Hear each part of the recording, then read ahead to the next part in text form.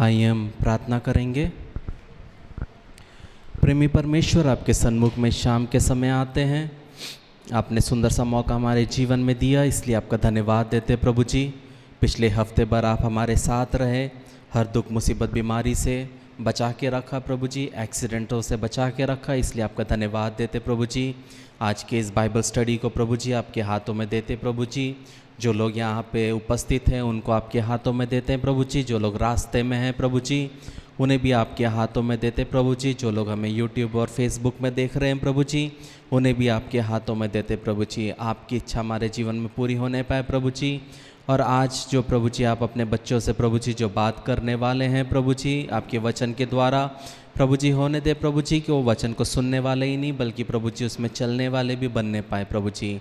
आपकी इच्छा उनके जीवन में पूरी होने पाए।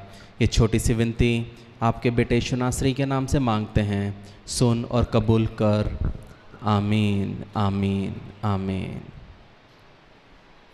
आज का जो विषय है जो बाइबल स्टडी का है वो है मसीही परिवार। और जब हम मसीह पे विश्वास करते हैं और उस पे चलते हैं तब बहुत ज़रूरी है कि हमारा परिवार किस प्रकार का है वो बहुत मायने रखता है। परिवार में क्या करना चाहिए, किस तरह करना चाहिए, पति की जिम्मेदारी क्या है, पत्नी की जिम्मेदारी क्या है, माता पिता की जिम्मेदारी क्या है, बच्चों की जिम्मेदारी क्या है। तो आज हम उसके बारे में हम लोग थोड़ा सा देखेंगे और मैं विश्वास करता हूँ कि परमेश्वर उसके द्वारा आपसे बात करेगा और परमेश्वर आपको कुछ सीखने के लिए उससे मदद करेगा। याद रखिए कि इससे पहले कि परमेश्वर ने कलीसिया की स्थापना की, उसके पहले परमेश्वर ने परिवार बनाया।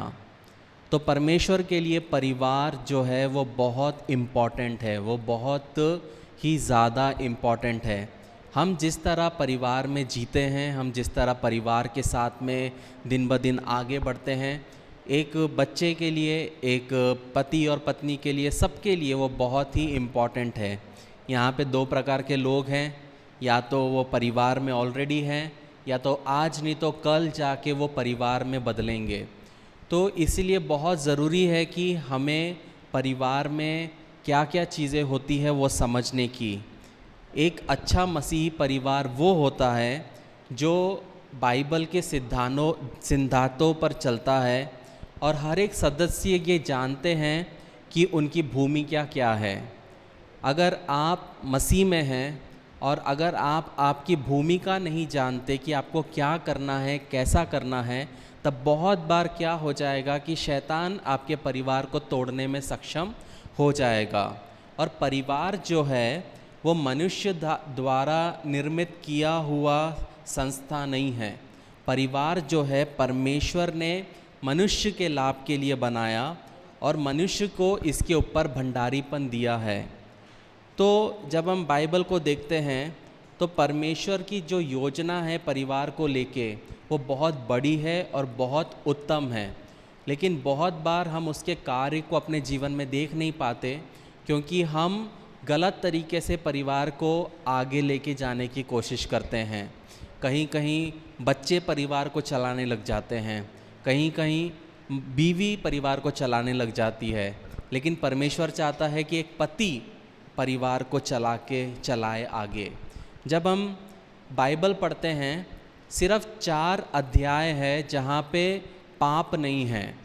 कहने का मतलब है पूरे बाइबल में बहुत सारी जगहों में पाप है, लेकिन जब हम उत्पत्ति पढ़ते हैं उसका पहला और दूसरा अध्याय और प्रकाशित वाक्य के आखिरी के 2 अध्याय जब हम पढ़ते हैं वहाँ पे हम देख सकते हैं कि पाप का वर्णन नहीं है। वरना हर जगह क्या हो रहा है, कुछ ना कुछ बाइबल में पाप दिखाई देता है। जब हम आदम और हव्वा को देखते हैं वहाँ पे हम देखते हैं कि वो लोग पाप करते हैं और आदम क्या करता है, अपनी गलती हव्वा पे मढ़ देता है। तो हमें वो चीज़ नहीं करना है। बाद में आदम और हव्वा के 2 बेटे होते हैं और उनका नाम रहता है काइन और हाबेल।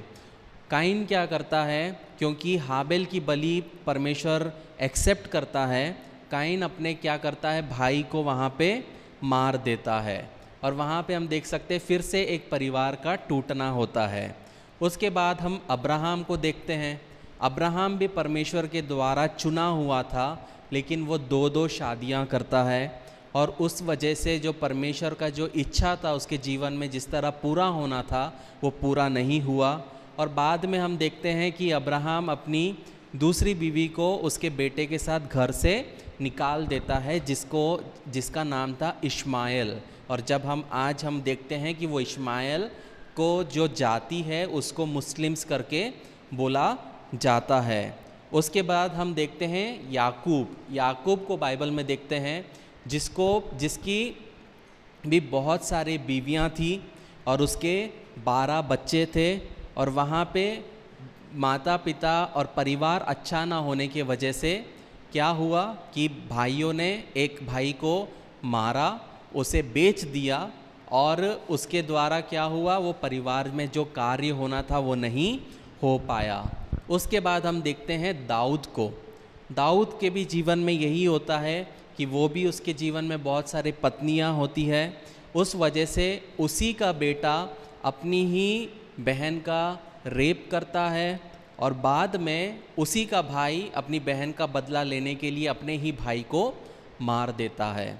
तो कहने का मतलब है, जब हम बाइबल पढ़ते हैं तब बाइबल में ये बहुत सारी कहानियाँ हैं जहाँ पे हम समझ सकते हैं कि जहाँ पे परिवार टूटे हैं, जहाँ पे परिवार मसीह के अनुसार नहीं थे, जैसा परमेश्वर चाहता था वैसे वो नहीं बन सके। तो हमारे लिए बाइबल क्यों है? बाइबल ये नहीं है कि बाइबल में हर एक जो कहानियाँ लिखी है वो परफेक्ट है, लेकिन वचन हमें परमेश्वर ने इसलिए दिया है ताकि हम उनके उसमें से सीख सके कि जो गलती दाऊद ने किया वो गलती मैं ना करूं, जो गलती अब्राहम ने किया वो मैं ना करूं, जो गलती सारा ने किया वो मैं ना करूं। तो बहुत आवश्यक है हमारे जीवन में कि हमें क्या करना है, वचन पढ़ना है और वचन से हमें क्या करना है, सीखना है। तो एक मसीही परिवार कैसा होना चाहिए उसके बारे में पौलुस कोलोसियंस 3:18-21 जब हम पढ़ते हैं, जब हम कोलोसियो 3 उसका 18 से 21 जब हम पढ़ते हैं, वहाँ पे हम देख सकते हैं कि वचन कहता है कि मसीही परिवार कैसा होना चाहिए। वहाँ पे लिखा है, हे पत्नियों, जैसे प्रभु में उचित है वैसे ही अपने अपने पति के अधीन रहो। फिर उसके बाद लिखा है, हे पतियों, अपनी अपनी पत्नी से प्रेम रखो और उनसे कठोरता ना करो। हे बालकों, सब बातों में अपने माता पिता की आज्ञा का पालन करो, क्योंकि प्रभु इससे प्रसन्न होता है। हे बच्चे वालों, अपने बालकों को तंग ना करो, ना हो कि उसका साहस टूट जाए। तो यहाँ पे हम देख सकते हैं 4 प्रकार के लोगों को कहा गया है, पहले पत्नी, फिर पति, फिर बच्चे और बालकों और फिर बच्चों के बारे में माँ बाप का क्या जिम्मेदारी है। तो हम एक एक करके उसको हम थोड़ा सा आज हम क्या करेंगे, हम उसके बारे में मनन करेंगे, हम उसके बारे में समझेंगे। तो कोलोसियों 3 उसका 18 कहता है, हे पत्नियों, जैसा प्रभु में उचित है वैसे ही अपने अपने पति के अधीन रहो। ऐसा लिखा है क्या कि बाजू वाले के पति के अधीन रहो या अपने दोस्त के पति के अधीन रहो? ऐसा लिखा है क्या? नहीं, अपने अपने पति के अधीन रहना है। कि मतलब जो पति कहता है, जो वचन के अनुसार है, उसके अनुसार क्या करना है, चलना है और आगे बढ़ना है।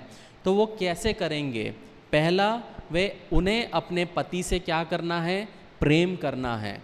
अपने पति से प्रेम करना, बहुत बार हम सोचते हैं कि शादी ऐसी होगी वैसी होगी, शादी के बाद पता चलता है कि अरे इसका रंग तो ऐसा है, ये तो ऐसे हैं वैसे है।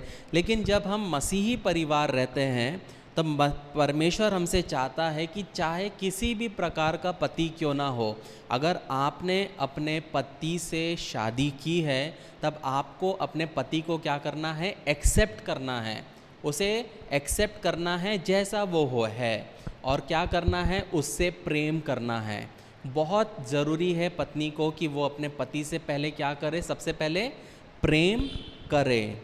दूसरा, पति के प्रति जो पत्नी की जिम्मेदारी है वो है एक नेत्र चरित्र होना। जब हम प्रोवर्ब्स चैप्टर 31 वर्सेस 10 to 31 पढ़ते हैं, वहाँ पे हम देख सकते हैं पत्नी के बारे में कि वो उसका एक नेक चरित्र है।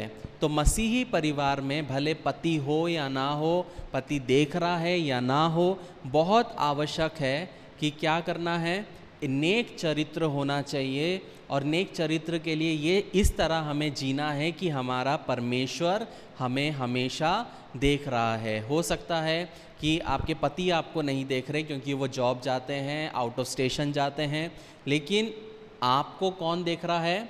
परमेश्वर देख रहा है।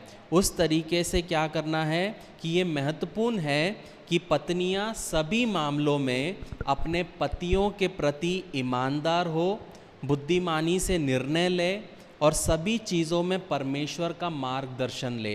ये तीन चीज़ बहुत महत्वपूर्ण हो कि पति के प्रति क्या होना है? ईमानदार होना है।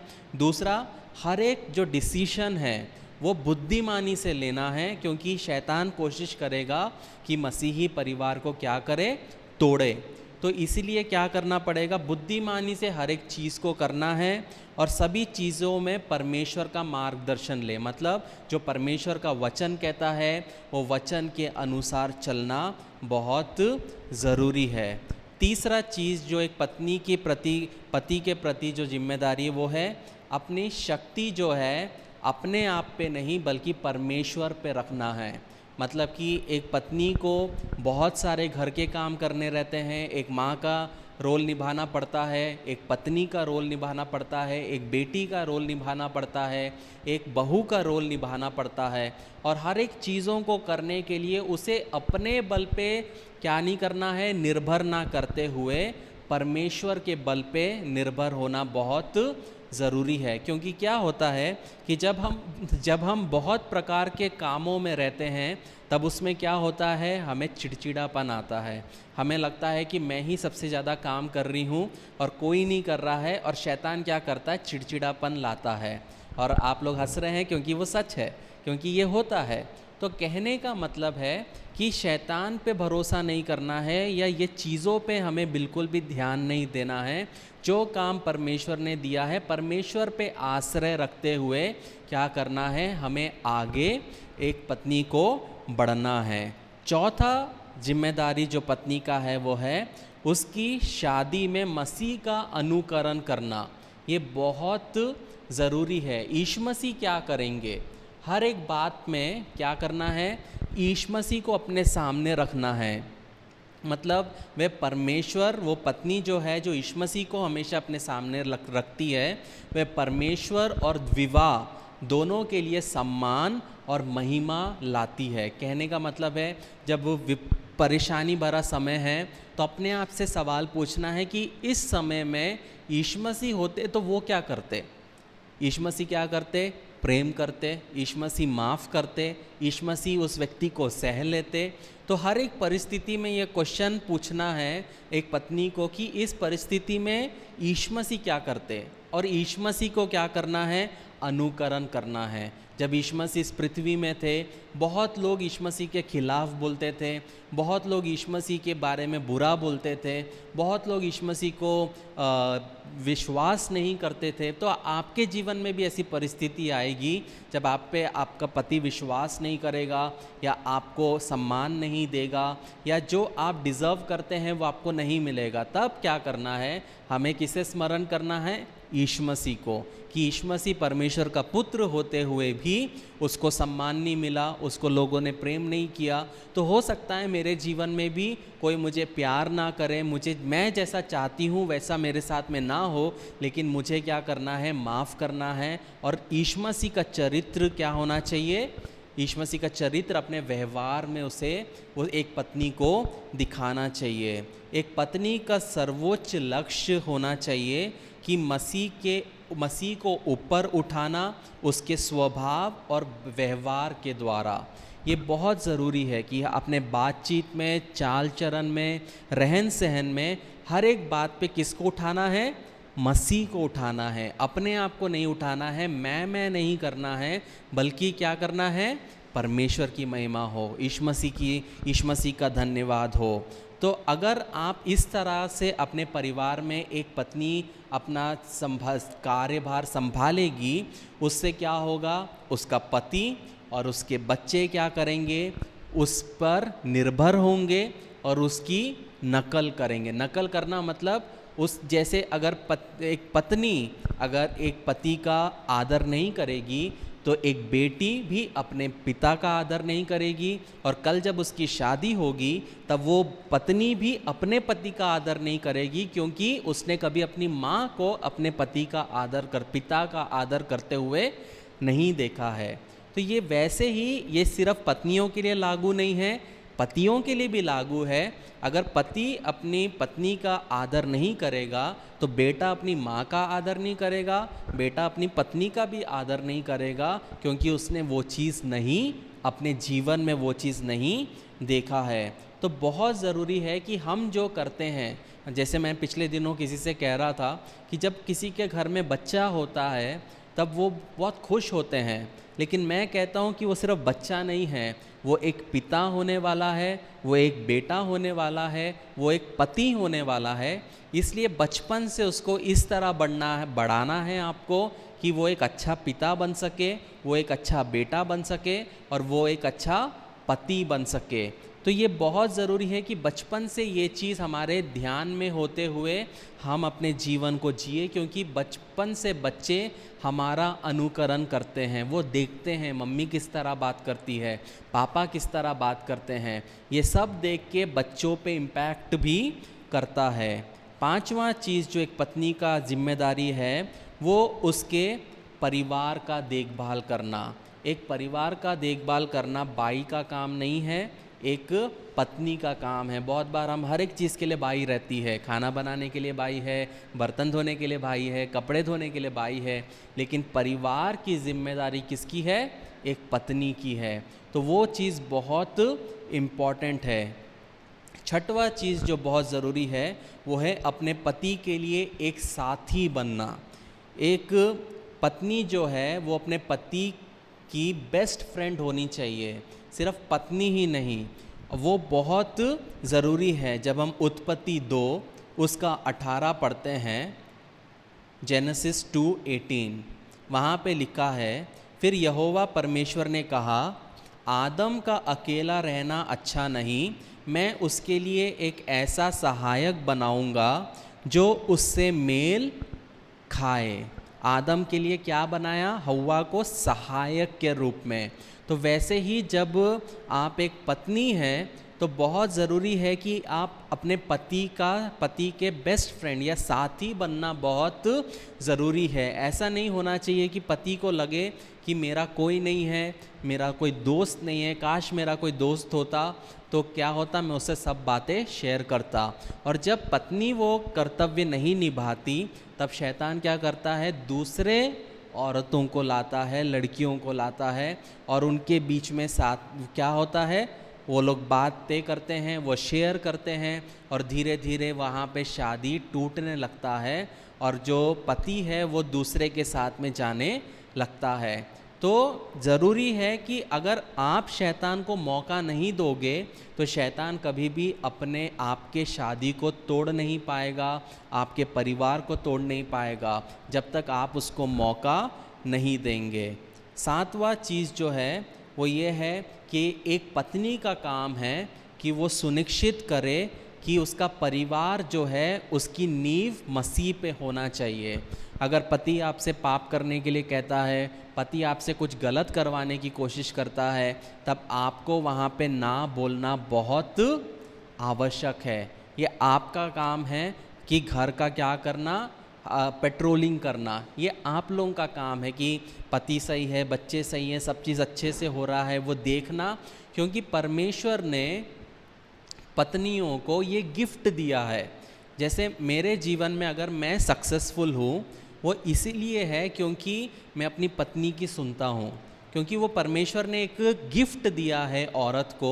जब वो एक व्यक्ति को देखती है या जब वो एक सिचुएशन को देखती है तब वो समझ सकती है कि ये सही व्यक्ति है कि गलत व्यक्ति है। तो कहने का मतलब है वो गिफ्ट है औरत को जो परमेश्वर ने दिया है, इंग्लिश में उसको कहते हैं इंट्यूशन, हिंदी मुझे नहीं पता उसको क्या बोलते हैं, लेकिन वो जो एक सेंस होता है कि एक व्यक्ति को देख के अगर पत्नी बोलती ये आदमी सही नहीं है, इससे दूर रहो, तो बहुत ज़रूरी है कि पहले से ही उससे दूर रहना, क्योंकि वो पत्नी को वो एहसास दिलाता है परमेश्वर, और पत्नी क्या करती है, वो गलत चीज़ को जल्दी भांपती है और एक पति उतना नहीं भांप पाता। इसलिए मेरे जीवन में जब बहुत सारी चीज़ें होती हैं, मैं हमेशा अपनी पत्नी से हर चीज़ शेयर करता हूँ, क्योंकि मेरी पत्नी जो उस बारे में उसका क्या तात्पर्य है, ये बहुत इम्पॉर्टेंट है मेरा जीवन में क्या करना बढ़ोतरी के लिए। तो ये बहुत ज़रूरी है कि क्या करें कि अपने निरीक्षण में परिवार को रखना, हर एक चीज़ रखना एक पत्नी का काम है। और एक सफल विवाह के लिए हमें यीशु मसीह पर ध्यान केंद्रित करना बहुत ज़रूरी है। और एक मसीही ये सुनिश्चित करता है कि विवाह में मुखिया कौन है? पति नहीं है, मुखिया यीशु मसीह है। मतलब यीशु मसीह, पति, पत्नी, बच्चे, तो ये है ऑर्डर। तो अगर एक पति मसीह के तरह, यीशु मसीह के तरह व्यवहार करेगा तो कोई भी पत्नी उसका निरादर नहीं करेगी। तो अगर पति शैतान के जैसा करेगा तो पत्नी भी क्या करेगी? वहाँ पे गलत करेगी।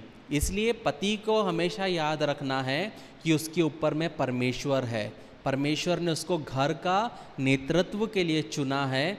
लेकिन इसका मतलब ये नहीं है कि पत्नी पति की बाई है, ये कभी नहीं समझना।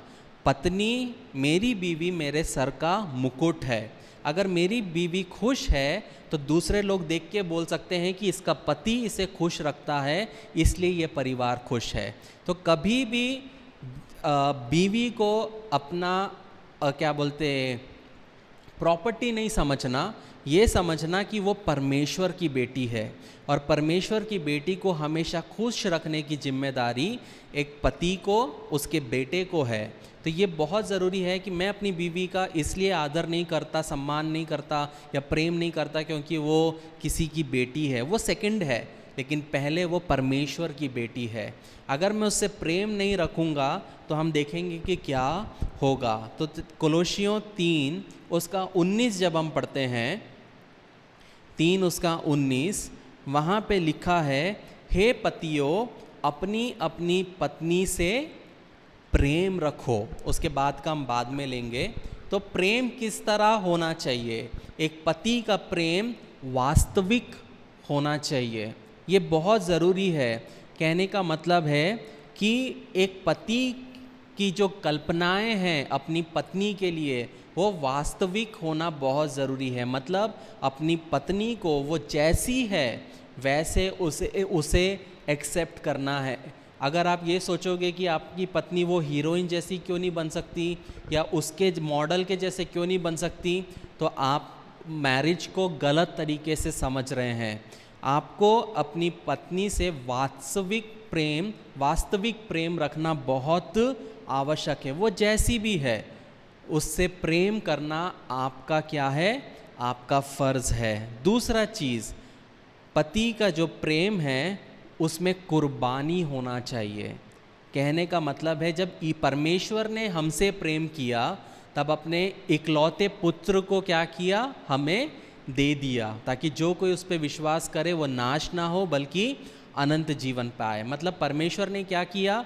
अपने बेटे का क्या किया? सैक्रिफाइस किया, बलिदान दिया। वैसे ही एक पति को क्या करना है? अपने जीवन में बलिदान बहुत सारे करने पड़ते हैं। सबसे पहला बलिदान होता है अपने दोस्तों का। बहुत सारे पतियां हैं जो शादी कर लेते हैं लेकिन अपनी बीवी से ज़्यादा अपने दोस्तों को अहमियत देते हैं, और बाद में पता चलता है उसी वजह से उनकी शादी टूट जाती है और कोई दूसरा इंसान वो शादी में घुस जाता है। तो ये बहुत ज़रूरी है एक पति के लिए कि वो अब सैक्रिफाइस करना पड़ेगा, बलिदान देना पड़ेगा। अपने परिवार को समय देने के लिए कुछ भी क्यों ना हो, वो सब चीज़ को छोड़ के, कुर्बानी दे के, अपने पत्नी को प्रथम स्थान देते हुए, अपने बच्चों को प्रथम स्थान देते हुए, अपने परिवार को प्रथम स्थान देते हुए आगे चलना बहुत आवश्यक है। तीसरा चीज़ जो है, एक पति का जो प्रेम है वो उद्देश्यपूर्ण होना चाहिए। मतलब कि आप क्यों प्रेम कर रहे हो। परमेश्वर का प्रेम जगत के लिए था, एक पर्पसफुल था, उद्देश्य था क्या, कि जगत को वो बचाए। तो आप अपने पत्नी से क्यों प्रेम कर रहे हो, उसका क्या होना चाहिए, उद्देश्य होना चाहिए। ना केवल उसके चरित्र बल्कि उसकी बुलाहट को भी विकसित करने का प्रयास करना चाहिए एक पति को, ताकि वे अपने जीवन भर परमेश्वर की योजना को पूर्ण कर सके। कहने का मतलब है बाइबल सिखाना, वचन से सिखाना। एक पत्नी को, बच्चों को किसका जिम्मेदारी है, पति का जिम्मेदारी है।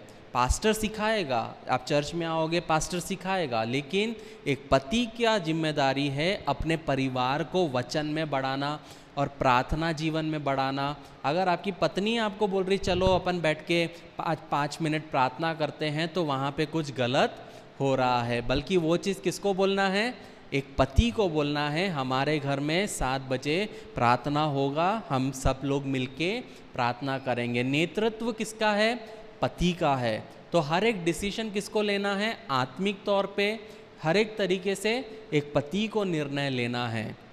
तो जब पति वो निर्णय नहीं ले पाता, तब बहुत बार क्या होता है, वो शैतान काम करता है और पत्नी पति का स्थान ले लेती है, और वहाँ पे परमेश्वर का काम उस घर पे नहीं होता है। तो कहने का मतलब है, अगर एक पत्नी प्रार्थना में आगे बढ़ती है तो क्यों बढ़ती है, क्योंकि पति उसे सपोर्ट करता है। पति उसे बोलता है तू समय निकाल, बाइबल पढ़, प्रार्थना कर, तू प्रेयर मीटिंग में जा। पत्नी को पति सपोर्ट करना बहुत आवश्यक है। तो कहने का मतलब है, जब आपकी पत्नी से कोई और व्यक्ति मिलेगा और वो जब बात करेगा, तब उसको समझ में आएगा कि इसके घर में पति किस तरह से घर को चलाता है। तो अगर पत्नी के लिए शब्द क्या होने चाहिए, रिस्पेक्टफुल निकलने चाहिए, प्रेम भरे होने चाहिए। तो जब उस तरीके से हम आगे चलते हैं, तभी होगा जब पति परमेश्वर का भय मानते हुए क्या करेगा, अपने परिवार को आगे लेके चलेगा। चौथा चीज़ जो पति का प्रेम में होना चाहिए, कि उसका प्रेम निजी होना चाहिए। निजी होने का मतलब क्या है, कि जब आप किसी अपनी पत्नी से प्रेम रखते हो, तो जैसे आप अपने शरीर का ख्याल रखते हो, आप रोज़ सुबह ब्रश करते हो। ऐसा तो नहीं है कि सिर्फ संडे को आप ब्रश करते हो या सिर्फ ऑफिस जाते वक्त ब्रश करते हो। छुट्टी हो, हर एक समय आप ब्रश करते हो। आप अपने बालों को कंघी करते हो। आप अच्छे कपड़े पहनते हो। आप एक ही शर्ट एक हफ्ता नहीं पहनते। क्यों नहीं पहनते, क्योंकि उसमें से पसीने की बदबू आएगी। उसी तरीके से जिस तरह एक पुरुष अपने शरीर का ख्याल रखता है, उसी तरीके से क्या करना है, एक पुरुष को अपने परिवार का ख्याल रखना बहुत ज़रूरी है। अपनी पत्नी से पूछना, बच्चों से पूछना, क्या तू खुश है, कोई ज़रूरत है, क्या चाहिए, और उसके अनुसार उस परिवार को लेके जाना एक पति की जिम्मेदारी है। तो यहाँ पे हमने देखा कि पति की जिम्मेदारी प्रेम के प्रति। तो जब हम 19वां वचन पढ़ते हैं, वहाँ पे हमने देखा, हे पतियों अपनी अपनी पत्नी से प्रेम रखो। ऐसा लिखा है कि बाजू वाली की पत्नी से या किसी दोस्त की पत्नी से नहीं। बाइबल में हमेशा एक चीज़ ध्यान देना, जब भी एक शब्द को 2 बार कहा जाए, मतलब वो बहुत इम्पॉर्टेंट है। यहाँ पे क्या लिखा है, अपनी अपनी। तो परमेश्वर वहाँ पे जोर दे रहा है, वही चीज़ पत्नियों के लिए भी था कि अपने अपने पतियों के साथ। तो ये बहुत ज़रूरी है कि अपनी अपनी पत्नियों से प्रेम रखना है और उनसे कठोरता ना करो, ये वचन कहता है। तो कठोरता किस तरह नहीं करना है, पहला चीज़ कठोरता ना करते हुए सबसे ज़रूरी है कि अपनी पत्नी को सराहना करना। मतलब हमेशा अपने पत्नी को ये बताना कि वो आप कितने धन्य हो कि वो आपकी पत्नी है। अपने जीवन में, आपके बातचीत में, हर एक में वो चीज़ झलकना चाहिए कि अपनी पत्नी को आप हमेशा कॉम्प्लीमेंट दो, कि थैंक यू कभी बोलो, क्योंकि तूने मेरे को 2 बच्चे दिए, उस वजह से तेरा शरीर का फिगर ख़राब हुआ, लेकिन तूने वो नहीं सोचा, तूने मेरे को बच्चे दिए, इस परिवार को बच्चे दिए। इस तरीके से हर एक छोटी, तो सुबह उठती है, मेरे लिए खाना बनाती है, मेरे लिए तो उठती है, बच्चों को नहलाती है, स्कूल भेजती है, हर एक चीज़ के लिए क्या करना है, हमें कॉम्प्लीमेंट देना, सराहना करना बहुत आवश्यक है। अगर हम सराहना नहीं करेंगे तो क्या होगा, शैतान किसी और का, जब कोई और व्यक्ति उसकी सराहना करेगा तब एक पत्नी का दिल उसकी ओर जाने लगेगा, क्योंकि जब पति से नहीं मिलेगा तब क्या होगा, शैतान गलत व्यक्तियों को परिवार में घुसाएगा। तो बहुत ज़रूरी है कि पतियों को क्या करना है, पत्नियों का सराहना करना है। दूसरा चीज़ बहुत इम्पॉर्टेंट है, अपनी पत्नियों का सम्मान करना है। जैसे मैंने बोला पहले, पत्नियां प्रॉपर्टी नहीं है, गाय बैल नहीं है, सर का ताज है, तो उसका सम्मान करना बहुत बहुत ज़रूरी है। क्यों? क्योंकि जब हम पढ़ते हैं पहला पत्रस 3:7, पहला पत्रस 3:7, वहाँ पे लिखा है, वैसे ही हे पतियों, तुम भी बुद्धिमानी से पत्नियों के साथ जीवन निर्वाह करो और स्त्री को निर्बल पात्र जानकर क्या करो, उसका आदर करो, ये समझकर कि हम दोनों जीवन के वरदान के वारिस है, जिससे तुम्हारी क्या ना रुक जाए, प्रार्थना ना रुक जाए। तो मैं क्यों अपनी पत्नी से प्रेम रखता हूँ, उसका सम्मान करता हूँ, आदर करता हूँ, ताकि मेरी प्रार्थना ना रुके। क्योंकि वचन कहता है कि अपनी पत्नियों का क्या करना है, आदर करना है और सम्मान करना है। आप पत्नियों से गुस्सा होकर आप कितना भी उपवास प्रार्थना कर लो, कोई फ़ायदा नहीं होने वाला, क्योंकि आप परमेश्वर की बेटी की इज्जत नहीं करोगे, प्रेम नहीं करोगे, सम्मान नहीं करोगे, तो परमेश्वर बोलेगा बेटा पहले तू अपना घर संभाल, फिर तू मेरे पास आ, क्योंकि तूने मेरी बेटी को परेशान किया है। तो अगर आप चाहते हो कि आपके जीवन में क्या होना है, परमेश्वर का प्रेम, शांति हो, तो बहुत ज़रूरी है कि आपको क्या करना है, अपनी पत्नियों की इज्जत करना है। तीसरा चीज़, एक पति की जिम्मेदारी है कि वे अपने पत्नी के प्रति क्या रहे, वफादार रहे। ये बहुत ज़रूरी है। जब हम शादी को देखते हैं, उसमें वफादारी जो चीज़ है, पति और पत्नी दोनों को एक दूसरे के प्रति निभाना बहुत ज़रूरी है। और एक मसीही पति को हर एक तरीके का प्रयास करना है कि वो किस तरह अपने कार्य में, अपने जीवन में क्या कर सके, अपनी पत्नी के प्रति वो वफादार रहे। और अगर ऐसे कोई मौके मिलते हैं जहाँ पे पहले से पता है कि कुछ गलत हो सकता है, उससे क्या करना है, एक मसीही पति क्या करेगा, वो दूर रहेगा। अगर पहली बार किसी स्त्री ने आपको देख के हंसा तो आपको क्या लगा, स्पेशल। दूसरी बार भी आप सोचोगे कि फिर से वो स्त्री आपको देख के हंसे, तो मतलब है आप अपने पत्नी के प्रति क्या नहीं हो रहे हो, वफादार नहीं हो रहे हो। तो परमेश्वर आपको देख रहा है। तो बहुत ज़रूरी है कि जब आप अपने जीवन को जीते हो तो याद रखना है कि अपने शादी में जिस तरह आप वफादारी दिखाते हो, तो उससे क्या होता है कि एक पत्नी अपने आप को सुरक्षित महसूस करती है, उनके बच्चे एक सुरक्षित महसूस करते हैं कि हमारे पापा मम्मी के बीच में कोई प्रॉब्लम नहीं है, मतलब बच्चे अपने आप को सेफ फील करते हैं। क्यों? क्योंकि जब हम पहला कुरिन्थियों 13 उसका 4 और 5 पढ़ते हैं, वहाँ पे लिखा है, प्रेम धीरजवंत है और कृपालु है, प्रेम ढा नहीं करता, प्रेम अपनी बड़ाई नहीं करता और फुलता नहीं, वे अनरीति नहीं चलता, वे अपनी भलाई नहीं चाहता, झुंझलाता नहीं, बुरा नहीं मानता। तो ये प्रेम है। तो उसी तरीके से आपके जीवन में अपनी पत्नी के प्रति क्या होना चाहिए, प्रेम होना बहुत ज़रूरी है। हमने जब कुलोसियों 3 उसका 19 पढ़ा, वहाँ लिखा है कठोरता ना दिखाओ। मतलब कठोरता दिखाने का मतलब है कभी भी अपनी पत्नी से गाली गलौज नहीं करना है, आंख चढ़ा के उससे गुस्से में बात नहीं करना है, और कभी भी ऐसे कुछ नहीं करना है जिससे वो चिड़चिड़ी हो जाए। तो बहुत ज़रूरी है कि जब आप अपनी पत्नी से बात करते हो तो हमेशा ये याद रखो कि क्या है, परमेश्वर आपको देख रहा है। और 5वां चीज़ जो है वो है अपनी पत्नी की प्रशंसा करना, ये बहुत ज़रूरत है। जब हम नीति वचन 31 उसका 28 और 29 पढ़ते हैं, उसमें लिखा है, उसके पुत्र उठकर उसको धन्य कहते हैं, उनका पति भी उठकर उसकी ऐसी प्रशंसा करता है। बहुत सी स्त्रियों ने अच्छे अच्छे काम तो किए, परंतु तू उन सबों में श्रेष्ठ है। यहाँ पे पति अपने पत्नी के बारे में क्या कहता है कि वो उठकर प्रशंसा करता है। 29वां वचन में लिखा है कि पति क्या करता है, पत्नी को बोलता है, बहुत सी स्त्रियों ने अच्छे अच्छे काम तो किए हैं, परंतु उन सब में से तू श्रेष्ठ है। तो बहुत ज़रूरी है कि क्या करना है, एक पति को अपनी पत्नी का क्या करना है, प्रशंसा करना बहुत ज़रूरी है। वो जो कष्ट उठाती है, जो सैक्रिफाइस करती है, जो बलिदान देती है, उसका लिए उसका प्रशंसा करना बहुत आवश्यक है।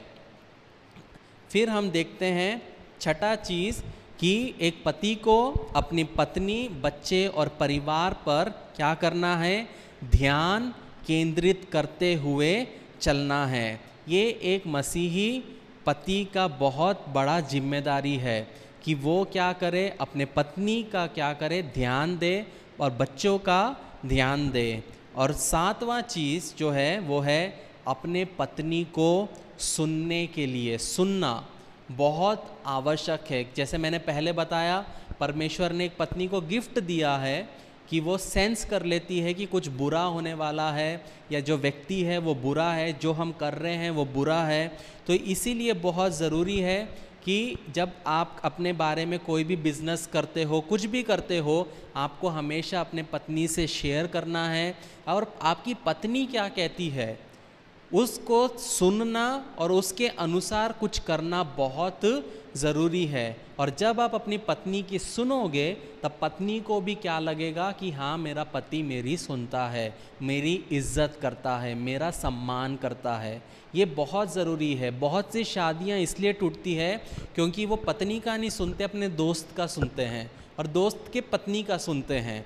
तो बहुत ज़रूरी है कि अपने परिवार को क्या करना है, परिवार को सुरक्षा बनाते हुए आपके परिवार को आगे लेके चलना है। जब हम कुलोसियों 3 उसका 20 पढ़ते हैं, वहाँ लिखा है, हे बालकों, सब बातों में अपने माता पिता की आज्ञा का पालन करो, क्योंकि प्रभु इससे प्रसन्न रहता है। तो यहाँ पे हमने पहले देखा पत्नी की जिम्मेदारी परिवार में, फिर हमने देखा एक पति की जिम्मेदारी परिवार में। अब यहाँ पे हम देखते हैं कि माता पिता के प्रति बच्चों की जिम्मेदारी। तो मसीही परिवार में बच्चों के 2 प्राथमिक जिम्मेदारियाँ दी गई है। पहला, माता पिता की आज्ञा मानना और दूसरा, उनका सम्मान करना। और जब तक एक व्यक्ति, एक बेटा और बेटी, जब वो 18 और 21 के नहीं हो जाते, तब तक क्या करना है, एक बच्चों को अपने माता पिता का पालन करना, आज्ञा मानना बहुत इम्पॉर्टेंट है। शादी होने के बाद माता पिता को कभी भी अपने बच्चों के जीवन में क्या नहीं करना है, कुछ भी नहीं करना है, जब तक वो उनसे पूछे नहीं। जब बच्चे हैं तो अपने माता पिता की आज्ञा मानना है, लेकिन दूसरा जो है सम्मान, जीवन के आखिरी सांस तक करना है। कहने का मतलब है कि आपको सिर्फ आपका क्या हटता है, बात मानना। आपकी शादी होने के बाद आपकी पत्नी क्या कहती है वो बहुत मैटर करता है, ना कि आपकी माँ क्या कहती है। शादी होने के बाद आप एक अलग परिवार हो परमेश्वर के सामने, तो उस तरीके से आगे चलना बहुत आवश्यक है। और दूसरा चीज़ है कि परमेश्वर क्या करता है, परमेश्वर ने एक आशीष दी है कि जब हम माता पिता की क्या करते हैं, सम्मान करते हैं। जब हम इफिसियों 6 उसका 1 से 3 पढ़ते हैं, वहाँ लिखा है, हे बालकों, प्रभु में अपने माता पिता के आज्ञाकारी बनो, क्योंकि ये उचित है।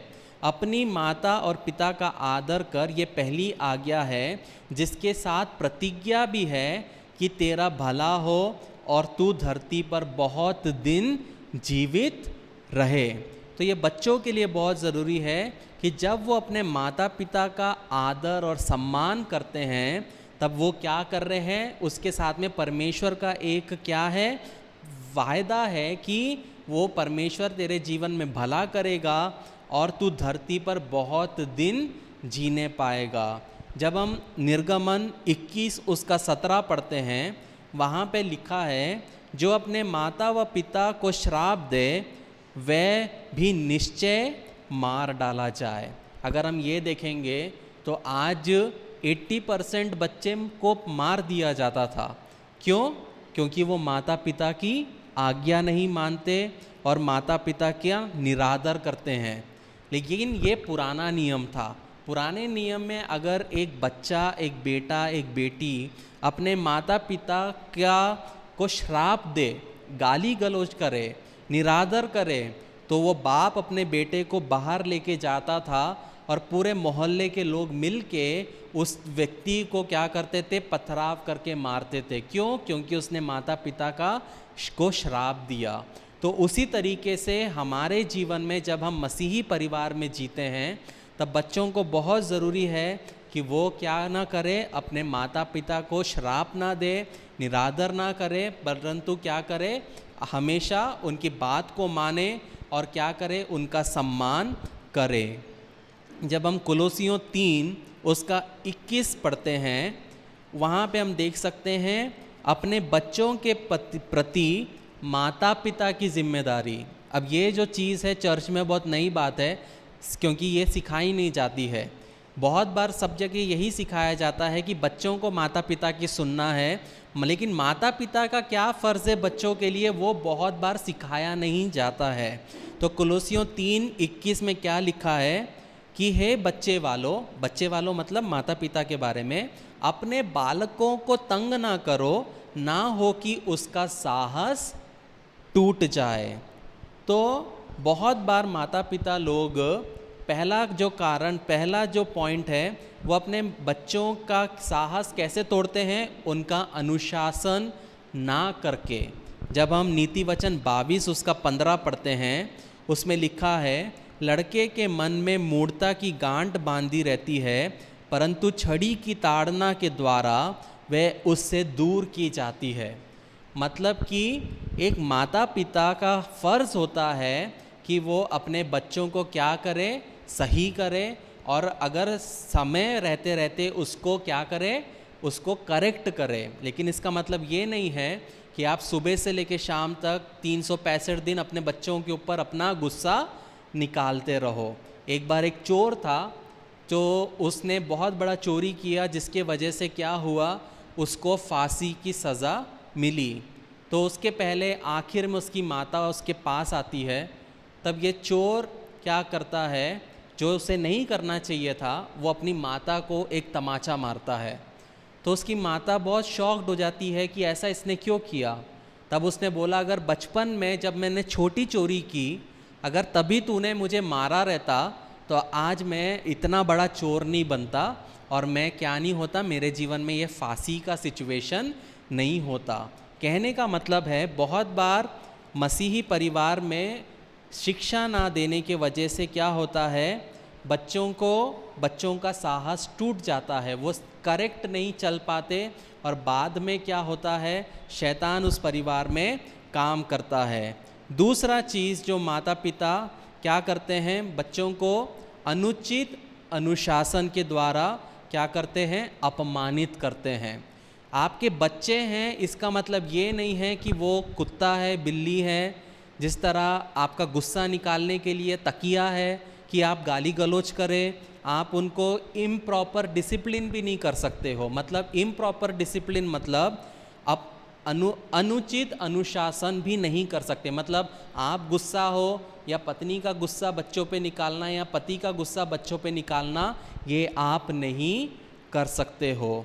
उसके बाद हम देखते हैं कि माता पिता को अपने बच्चों की उपेक्षा करके उन्हें शर्मिंदा नहीं करना है।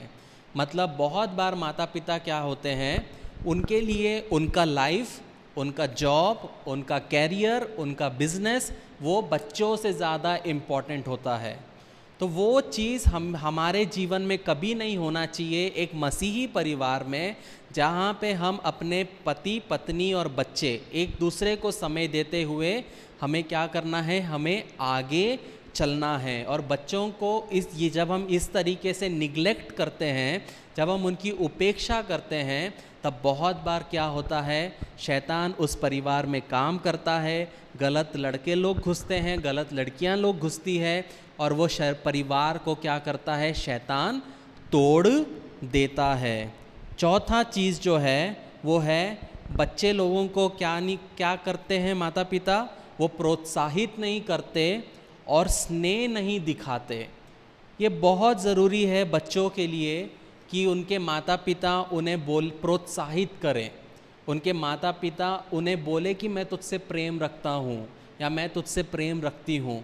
एक माता पिता होने के वजह से बच्चों को ना बोलना ये गलत है। बच्चों को जानना ज़रूरी है कि मेरा पिता मुझसे प्रेम रखता है, मेरी माँ मुझसे प्रेम रखती है। तो जब हम इस तरीके से हम नहीं चलते हैं, तब बहुत बार क्या होता है, शैतान बच्चों के द्वारा परिवार में कलह डालता है और परिवार को तोड़ता है। और आखिरी चीज़ जो एक माता पिता को अपने बच्चों में कभी नहीं करना चाहिए, वो है पक्षपात। मतलब अगर बेटा है तो भैया तू सब कर चलेगा, बेटी है तो उसके लिए कुछ नहीं करेंगे। कभी भी बच्चों के बीच में पक्षपात नहीं होना चाहिए। या फिर दो बेटे हैं, एक बेटा अच्छा पढ़ता है, दूसरा बेटा नहीं पढ़ता, तो जो अच्छा पढ़ता है उसका पक्षपात कर रहे हैं, जो वो चीज़ नहीं होना चाहिए। ये पक्षपात का उदाहरण बहुत अच्छा हम बाइबल में देखते हैं, जब हम याकूब के परिवार को देखते हैं। याकूब के 12 बेटे थे और एक बेटी थी, और 12 में से याकूब को यूसुफ जो था वो बहुत पसंद था, और इतना पसंद था कि उसने यूसुफ के लिए क्या किया, रंग बिरंगा एक कोट बना के अपने उसी के भाइयों के सामने जोसेफ को दिया। उसके वजह से क्या हुआ, उसी के भाइयों ने उसे पकड़ा, उसे मिस्रियों में बेचा, और उसके वजह से क्या हुआ, वो इतने सालों तक मिस्र में क्या रहा, एक कैदी बनकर उसे वहाँ पे रहना पड़ा। तो यहाँ पे हम देख सकते हैं कि बच्चों ने, माता पिता ने उनके बेटे को पक्षपात दिखाया, तो भाई लोगों ने क्या किया, मैटर को अपने हाथ में लिया और उसका परिवार से उसको निकालने की कोशिश की। कहने का मतलब है कि जब हम कुलोसियों 3 उसका 19 से फिर से हम एक बार पढ़ेंगे, वहाँ पे लिखा है, हे पत्नियों, जैसा प्रभु में उचित है वैसे ही अपने अपने पति के अधीन रहो। हे पतियों, अपने अपने पत्नी से प्रेम रखो और उनसे कठोरता ना करो। हे बालकों, सब प्रकार में अपने अपने माता पिता की आज्ञा का पालन करो, क्योंकि प्रभु इसी से प्रसन्न होता है। और हे बच्चे वालों, अपने बालकों को क्या ना करो, तंग ना करो, ना हो कि उसका साहस टूट जाए। तो अगर एक मसीही परिवार एक बनना है, तो सिर्फ पति पवित्र जीवन जिए उससे नहीं होगा, सिर्फ पत्नी पवित्र जीवन जिए उससे नहीं होगा, बच्चे पवित्र जीवन जिए उससे नहीं होगा, माता पिता पवित्र जीवन जिए उससे नहीं होगा, बल्कि सबको अपनी जिम्मेदारी पूरा करना है। तो जैसे एक कार में, अभी जैसे आप कार के बारे में जानते हो, तो कार में 4 सिलेंडर वाले कार रहते हैं, जिससे कार ज़्यादा तेज़ भागता है। तो अगर कार का एक सिलेंडर खराब भी हो जाए तो भी वो 3 सिलेंडर में चलेगा, लेकिन उसमें क्या नहीं रहेगा, पिकअप नहीं रहेगा। या और साधारण उदाहरण के लिए, अगर टायर पंचर हो जाए, एक कार में कितने टायर है, 4 है, अगर एक भी पंचर हो जाए तो पूरा परिवार हिल जाता है। तो अगर आपके जीवन में आप एक मसीही परिवार चाहते हो, तो मसीही परिवार सिर्फ पिता से या माता से या बच्चों से या माता पिता से नहीं होता, सबको मिलके उसके लिए काम करना है। बचपन से, जैसे मैंने कहा, जब छोटा बालक होता है, जब बच्चा होता है, बेटी होती है, तभी से उसको अपना बेटा ना समझते हुए उसको किसी का पति, किसी का पिता, किसी का दामाद। उसी तरीके से जब बेटी होती है तो बचपन से ये याद रखना है कि वो कल जाके किसी की बहू बनेगी, किसी की पत्नी बनेगी और वो किसी की बेटी बनेगी। तो वो चीज़ बहुत ज़रूरी है कि बचपन से उस तरीके से अपने बच्चों को क्या करना है, आपको पाल पोस कर बड़ा करना है। और ये एकदम से नहीं होगा। हम लोग रिसेंटली एक परिवार में गए थे जहाँ पे जो सिस्टर थी वो 40 के ऊपर है और वो हमारे सामने रो रही थी कि मेरी माँ मुझसे प्यार नहीं करती। तो जब माता पिता बच्चों से प्रेम नहीं रखते, वो बच्चे उसको, वो 40 साल के हैं, उनके भी बच्चे हैं, लेकिन वो उनको अभी भी क्या कर रहा है, अफेक्ट कर रहा है। तो मसीही परिवार में हर एक को अपना रोल प्ले करना बहुत ज़रूरी है, क्योंकि हम क्या हैं, हम जगत की ज्योति हैं। हमारे बाजू वाले, हमारे सोसाइटी वाले हमारे जीवन को देखते हैं। तो ये बहुत आवश्यक है प्रियो कि जब हम हमारे परिवार को बनाएं, जब हम हमारे जीवन को इस दुनिया में जिए, तो ये याद रखें कि हम कभी भी किसी के ठोकर का कारण हमें नहीं बनना है। अगर हम तैयारी करेंगे तब हमारा परिवार अच्छा रहेगा। मैंने अपने जीवन में परिवार बनने के पहले मैंने तैयारी की। मैं एक अच्छा पति बनने का कोशिश करने के पहले, पति बनने के पहले, पति क्या होता है, एक पति की क्या जिम्मेदारी होती है, एक बेटे की क्या जिम्मेदारी होती है, एक दामाद की क्या जिम्मेदारी होती है, ये सब के बारे में मैंने पढ़ा है, मैंने सीखा है। मुझे मेरे माता पिता ने नहीं सिखाया, मुझे मेरी कलीसिया ने नहीं सिखाया, लेकिन मैंने सीखा। क्यों? क्योंकि मैं एक अच्छा पति बनना चाहता हूँ, मैं एक अच्छा दामाद बनना चाहता हूँ, मैं एक अच्छा बेटा बनना चाहता हूँ। कहने का मतलब है, अगर आपके जीवन में आप एक अच्छा माता पिता बनने के इच्छुक हैं, तो आप क्या करोगे, आप कभी भी अपने जीवन में घमंड आने नहीं दोगे। मैं तो पिता हूँ, मैं तो बाप हूँ, मैं तो माँ हूँ, ये चीज़ नहीं। अगर आप बच्चों से नम्रता से आप बच्चों को पालन पोषण करोगे, तब बच्चे भी आपके साथ नम्रता से व्यवहार करेंगे जब आप बुजुर्ग होंगे। वरना क्या होगा, आप जब आपके पास में शक्ति है तब आप बच्चों को मारोगे, कूटोगे, गाली गलौज करोगे, लेकिन जब आप बूढ़े होंगे तब वही चीज़ बच्चे आपके साथ, आप जब बुज़ुर्ग होंगे, वो चीज़ उसका बदला लेंगे। इसीलिए ये कभी नहीं सोचना कि मैं ज़िंदगी भर जवान रहूँगा या जवान रहूँगी। आप भी बूढ़े होंगे और क्या होगा, आपके जीवन में भी प्लेट्स क्या होंगे, शिफ्ट होंगे।